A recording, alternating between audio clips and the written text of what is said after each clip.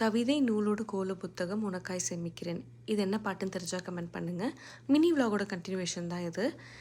கத்திரிக்காய் தொக்கு, boiled egg, doll and ரைஸை வச்சு சிம்பிளாக சாப்பிட்டு முடிச்சாச்சு. முடித்த பிறகு என் பையன் ஆக்டிவிட்டி புக் பண்ணுறேன்னு உட்காந்துட்டான்.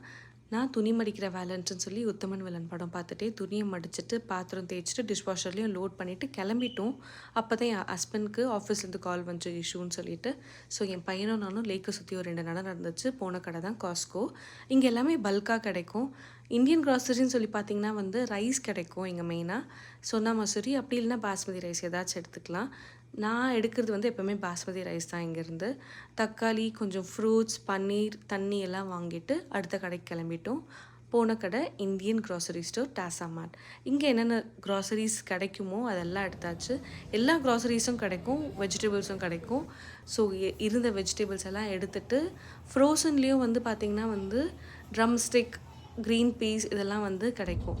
எனக்கு இங்கே ஃப்ரெஷ்ஷாக ட்ரம் ஸ்டிக் கிடைக்காது. ஸோ அதெல்லாம் வாங்கிட்டு போகும்போது செம பசி. அதனால் ஸ்நாக்ஸ், கொஞ்சம் பொரி உருண்டையும் நட்ஸும் எடுத்துகிட்டு வந்திருந்தேன். என் பையனும் நானும் எல்லாம் சாப்பிட்டு முடிச்சுட்டு வீட்டுக்கு போயிட்டு இந்த திங்ஸ் எல்லாம் எடுத்துகிட்டு ஒரு வழியாக வச்சுட்டு இருந்த சாப்பாடை காலி பண்ணிட்டு கிச்சனை க்ளீன் பண்ணிட்டு படுத்தாச்சு.